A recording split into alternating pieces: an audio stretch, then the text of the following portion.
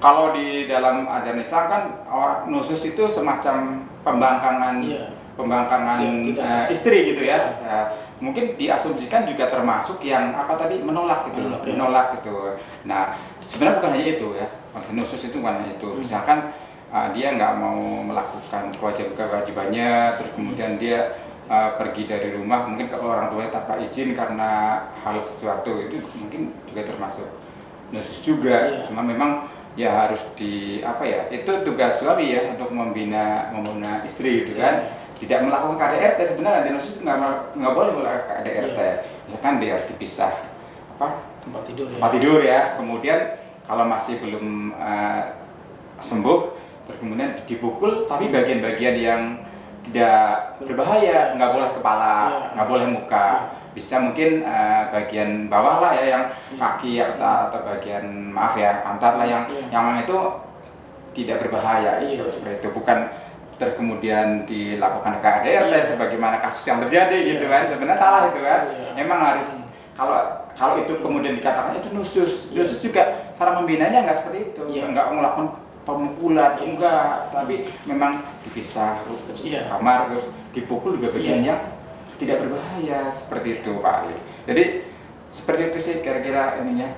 Nah masalah sama sih kalau misalnya tidak apakah itu berlantaran, saya kira iya, meskipun hanya sehari 2 hari. Kalau istrinya nggak bekerja, coba deh tidak ngasih makan 2 hari ya, istrinya nggak makan 2 hari, itu pasti berlantaran. Dan itu kalau saya boleh menambahkan ya, itu bisa termasuk pidana juga kan, bisa dituntut secara pidana dan perdata. Tadi Mbak Leni sudah menyampaikan bahwa dituntut bisa secara nafkahan. Misalkan dia setahun nih nggak ngasih nafkah, dituntut perdata ke pengadilan agama boleh kan.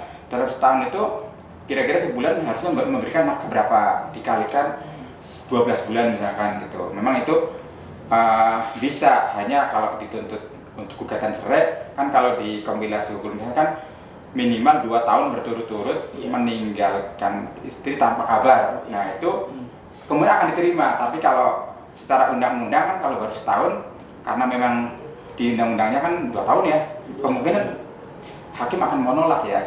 Hanya menuntut nafkah boleh, nafkah bisa pidana juga, penelantaran nafkah perdatanya kan. Nafkah itu bisa apa nih? Kalau ada anak, pendidikannya anak kan, pendidikan, makan sehari-hari kan, apalagi nih kebutuhan itu bisa dituntut ke pengadilan agama oleh istri seperti itu, kira-kira Pak Ali. Gitu ya. Nanti kita tambahin lagi. Iya. Mungkin kita menambahkan tadi dengan Pak Sudaryadi. Benar kata Pak Sudaryadi bahwa tadi kan termasuk dalam undang-undang PKDRT ya, termasuk dalam penelantaran ya dalam rumah tangga. Nah ini bisa diancam pidana itu maksimal 3 tahun, 3 tahun penjara, benar, dengan ya betul, dengan denda maksimal 15 juta rupiah ya. Nah itu maksudnya nah, jadi kita itu sesuai dengan Undang-Undang Nomor 23 Tahun 2004 tentang PKDRT. Itu sanksi pidananya ya untuk penelantaran dalam rumah tangga tadi. Tapi kalau permasalahannya kan gini Pak, artinya bahwa ya mungkin iya aturan hukumnya udah jelas, tapi kan proses melaporkannya, menggugatnya ini kan yang mungkin ya masyarakat susah ya gitu ya. Nah ini menurut pandang Bapak gimana nih? Yang KDRT? Iya. Yang KDRT apa yang KDRT juga, makanya yang penelantaran juga sama kan KDRT. Artinya ketika misalkan kayak Mbak Leni bilang tadi ada gugat nafkah. Nah ini kan di masyarakat kita kan mungkin ya banyak juga yang nggak tahu ya gimana caranya gugatnya. Nah itu juga permasalahan juga. Berarti pidana dan perdata ya? Iya. Ya.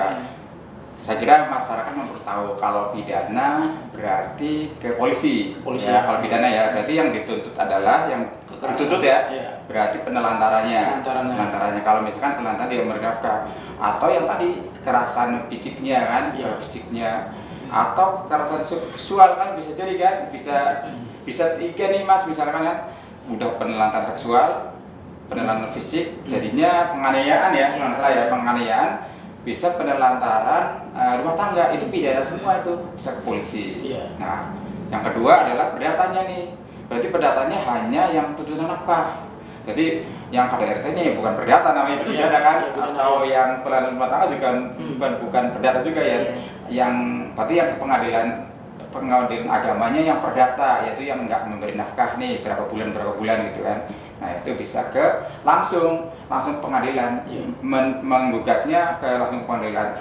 Boleh melalui pengacara ataupun tidak, langsung aja mendaftarkan di pengadilan. Misalnya nanti ada loketnya kan, nanti ada loket pendaftaran gugatan, nanti pasti akan diterima kok di pengadilan agama.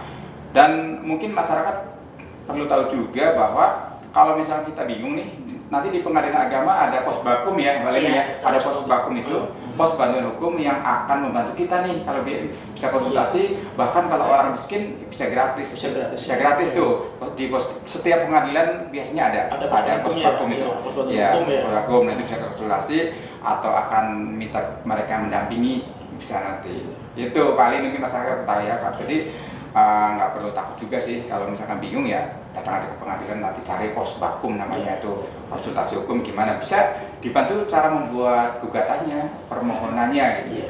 Jadi bisa melalui situ ya, mas kesananya. Baik Mbak Leni, selanjutnya ini terkait dengan banyak ya kasus-kasus di masyarakat seperti di artis ya. Ini kan ketika terjadi kekerasan dalam rumah tangga, itu kan melaporkan ke kepolisian bahwa dia menjadi korban kekerasan dalam rumah tangga. Tapi begitu sudah ramai di masyarakat sudah mendukung segala macam, tiba-tiba dia mencabut laporannya. Nah ini kan ya masyarakat kan jadi ya ada yang emosi segala macam. Nah ini yang seperti itu gimana tuh? Ya baik, jadi untuk misalnya masalah pencabutan laporan, nah memang itu tidak bisa kita salahkan ya, karena untuk istilahnya untuk kekerasan dalam rumah tangga ini termasuk istilahnya domestic violence istilahnya, jadi kekerasan dalam rumah tangga ya, dan itu kan hukumnya private ya. Nah itu dan termasuk juga itu dalam ini tuh dalam delik aduan ya.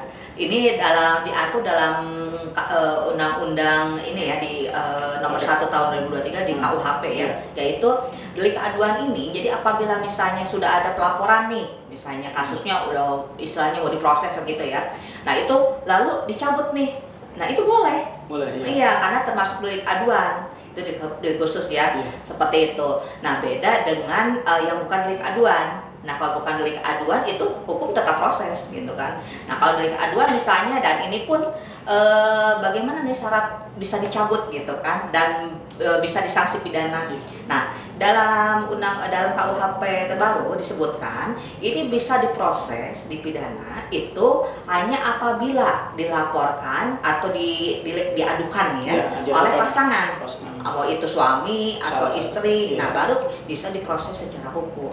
Kalau misalnya bukan dari pasangan tersebut nih yang mengadukan ya, misalnya KRT atau misalnya tetangganya, misalnya gitu, itu tidak bisa diproses. Ya, karena ini ada ketentuannya, ini hanya bisa diproses secara hukum tuh untuk delik aduan ini dilaporkan oleh istri atau suami tersebut, begitu, oleh pasangan. Seperti itu ya, yang tercantum di dalam KUHP. Jadi kalau misalnya memang banyak ya, misalnya namanya kan istri misalnya ya paling tidak bekerja ya, udah dilaporkan, aduh nanti takut siapa yang menafkahi, ya kan? Jadi udah bisa suaminya minta maaf, nangis-nangis. Nah jadi kan luluh tuh ya istrinya, ya udah deh dicabut aja. Nah mungkin polisinya ya gimana ya, dia udah kesel kali gimana gitu ya, ya udah gimana lagi, namanya dari keaduan kan bohong. Cuman kalau di masyarakat kan kalau kasusnya di masyarakat kan agak tertutup ya. Tapi kalau di kalangan artis ini kan terbuka nih, di sosial semua kan ada pendukungnya ya kan. Iya, jadi udah geram aja tuh kalau ngeliat begitu. Nah itu kan jadi gimana ya? Iya, jadi kesannya kan main-main ya. Kayak kesannya itu main-main gitu, banyak dukungan segala macam gitu kan. Kalau misalkan ada yang bilang ini settingan segala macam lah, macam-macam tuduhan ya. Ya, memang makanya kadang-kadang kan ada polisi atau hakim sendiri ya, kalau misalnya seperti itu, ini yakin nih gitu kan mau diproses, atau kadang-kadang ada loh polisi yang bisa mengatakan ibu yakin nih gitu kan, nggak takut nih nanti nggak ada yang nyari nafkah loh, misalnya gitu. Mungkin kan karena banyaknya kasus yang seperti itu, lapor udah capek dicabut lagi gitu kan, karena lulus suaminya minta maaf kayak gitu. Jadi ini memang termasuk kekerasan dalam rumah tangga ya, gitu. Jadi bisa dicabut karena delik aduan. Itu boleh dilakukan. Iya. Cuma masyarakat udah terlanjur marah gitu. Iya, seperti mungkin ya ada sanksi sosial aja. Sanksi sosial. Seperti itu mungkin. Baik, ada lagi yang mau disampaikan Pak Daryadi? Mau ada tambahan? Penutup mungkin ya. Tutup aja. Masih ada tambah lagi? Oh enggak sih, sudah cukup.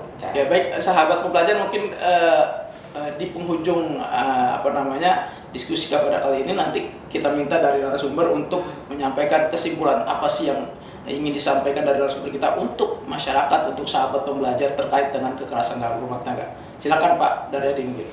Ya baik, terima kasih Pak Ali. Jadi saya tadi melihatnya kan dari konsep Islam ya. Jangan sampai konsep Islam ini terus kemudian ditelan mentah-mentah gitu kan, ditelan mentah-mentah dan disalahpahami gitu, disalahpahami bahwa terkait dengan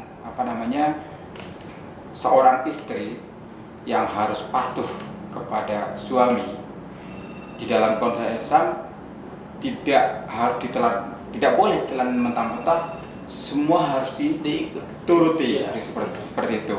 Nah, kita agak khawatir, konsep Islam seperti itu ya, wajib gitu kan, nggak boleh menolak misalkan di hubungan suami istri. Nah, sebenarnya itu pemahamannya masih kurang, karena mereka memahami hanya kulitnya saja ya, yang menganggap bahwa kalau ada istri yang tidak mau atau menolak berhubungan suami istri, dia dikatakan nusus gitu kan. Dia nggak ngerti nusus seperti apa. Padahal kalau memang itu nusus, pembinaannya juga bukan dipukul-pukul gitu loh, dipukul, dihajar itu enggak, itu salah. Jelaskan itu salah. Ya bisa dipisah kamarnya, dipukul dari bagiannya itu. Itu pembinaan nusus kalau seperti itu. Nah, sekarang satu lagi nih yang tadi juga harus nurut, harus suami inginkan itu. Nah, kita lihat kondisinya kan, kalau istri lagi capek dan dia ikut membantu nyari uang, nggak boleh juga harus nggak seperti itu banget gitu kan. Harus pengertian juga ya. Seorang suami harus ngerti kondisi dia capek, mungkin sakit, sibuk seperti itu. Jadi nggak benar juga kalau pure apapun nggak boleh nolak. Nggak juga seperti itu. Dalam saya juga nggak boleh seperti itu, karena di ayat 19 surat An-Nisa juga dijelaskan bahwa pergaulilah mereka secara ma'ruf, pergaulilah mereka secara baik-baik. Nah, ini kan nafsirannya kan memang harus sebaik mungkin, dan dikatakan bahwa sebaik-baiknya laki-laki adalah yang baik terhadap istrinya. Kira-kira konsep itu seperti itu. Jadi nggak boleh melakukan KDRT. Betul. Barangkali itu Pak. Itu ya. Baik. Selanjutnya dari Mbak Leni, penutup nih buat sahabat pembelajar, kira-kira pesannya apa sih terkait dengan kekerasan dalam rumah tangga? Silakan. Ya baik, terima kasih Pak Ali. Nah mungkin ya di sini mungkin saya sebagai mewakili kaum perempuan ya seperti ini. Jadi untuk para kaum perempuan atau apabila di sini menjadi korban KDRT, itu jangan ragu-ragu untuk melaporkannya ke pihak berwajib gitu kan. Karena di sini nggak perlu takut karena negara ada untuk para korban KDRT.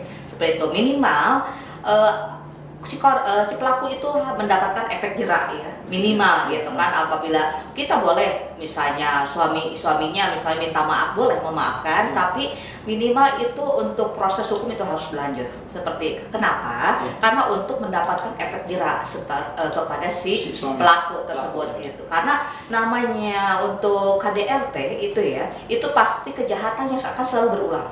Seperti itu. Jadi untuk para perempuan di luar sana gitu, ibu-ibu, jangan takut untuk melaporkan apabila Anda mengalami kekerasan dalam rumah tangga, baik itu psikis atau fisik ya, atau penelantaran. Karena negara akan ada untuk melindungi Anda semua. Karena kita itu berhak untuk mendapatkan perlindungan, dan dalam undang-undang perkawinan pun istri dan suami itu memiliki hak dan kewajiban.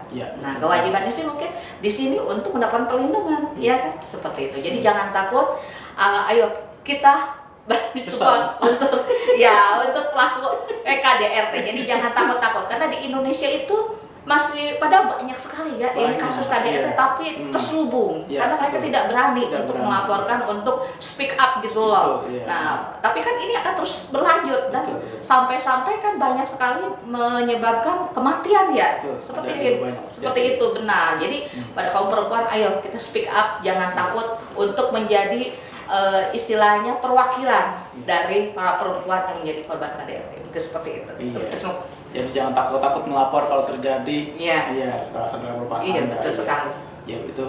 Ada lagi Pak dari adik? Cukup ya Mbak ini? Iya, cukup. Baik sahabat pembelajar, demikian bincang penyuluh hukum kita pada siang ini. Mudah-mudahan apa yang disampaikan oleh narasumber kita ini bermanfaat, dan saya ucapkan terima kasih Mbak Leni, Pak Sudaryadi sudah hadir di BEM dalam mengisi acara bincang hukum. Demikian, wassalamualaikum warahmatullahi wabarakatuh. Salam pembelajar.